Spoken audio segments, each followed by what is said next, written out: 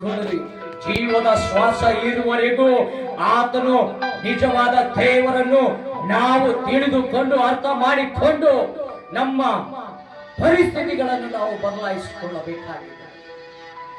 ಸುಳ್ಳುದಿಂದ ಸತ್ಯಕ್ಕೆ ಬರಬೇಕಾಗಿದೆ, ಶಾಪದಿಂದ ಆಶೀರ್ವಾದಕ್ಕೆ ಬರಬೇಕಾಗಿದೆ, ಮರಣದಿಂದ ಜೀವಕ್ಕೆ ಒಯ್ಯುವಂತ ದೇವರ ಬಳಿಯಲ್ಲಿ ನಾವು ಸೇರಬೇಕಾಗಿದೆ. ಅರ್ಥ ಮಾಡಿಕೊಳ್ಳಲಿ. ಲೈಫ್ ಬಾರ್ ಬರಂಗಿಲ್ಲ.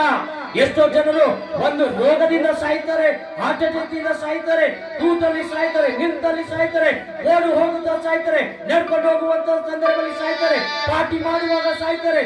ಎಲ್ಲ ಸಂದರ್ಭದಲ್ಲಿ ಜೀವ ಯಾರಿಗೂ ಬಿಟ್ಟಿಲ್ಲ, ಅದು ಬಿಡದೇ ಇಲ್ಲ. ದೇವರೇನು ಬಯಸ್ತಾ ಇದ್ದಾರೆ? ನಿನ್ನ ಮತ ಮಾರಿಸು ಅಂತ ಇಲ್ಲ, ನಿನ್ನ ಕುಲ ಮಾರಿಸು ಅಂತ ಇಲ್ಲ. ದೇವರು ನಮ್ಮನ್ನು ನಿಮ್ಮನ್ನು ಕೇಳುವುದು ಏನು? ಯಾಕೆ ನಮ್ಮನ್ನು ನಿಮ್ಮನ್ನು ಆತನ ರೂಪದಲ್ಲಿ ಸೃಷ್ಟಿಸಿದ್ದಾನೆ? ಆತನನ್ನು ಕೊಂಡಾಡುವುದಕ್ಕಾಗಿ, ಆತನ ಮಹಿಮೆಗಾಗಿ ನಾವು ಉಪಯೋಗ ಪಡಬೇಕಾಗಿದೆ. ಹಲ್ಲೆಲೂಯಾ. ನಮ್ಮ ಮಕ್ಕಳಿಗೋಸ್ಕರ, ಅವರ ಭವಿಷ್ಯಕ್ಕೋಸ್ಕರ ನಾವು ಎಷ್ಟೋ ಕೆಲಸಗಳನ್ನು ಮಾಡುತ್ತೇವೆ, ಎಷ್ಟೋ ವಿಚಾರಗಳನ್ನು ಮಾಡುತ್ತೇವೆ, ಎಷ್ಟೋ ಪ್ಲಾನ್ಗಳನ್ನು ಮಾಡುತ್ತೇವೆ.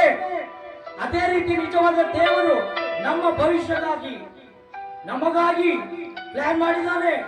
ನನ್ನ ಮಕ್ಕಳು ಈ ಲೋಕ ಬಿಟ್ಟು ಹೋದಾಗ ಅವರು ಪರಲೋಕ ರಾಜ್ಯದಲ್ಲಿ ನನ್ನ ಸಂಗಡ ಇರಬೇಕು. ಅವರಿಗಾಗಿ ಬಂಗಾರದ ಮನೆ,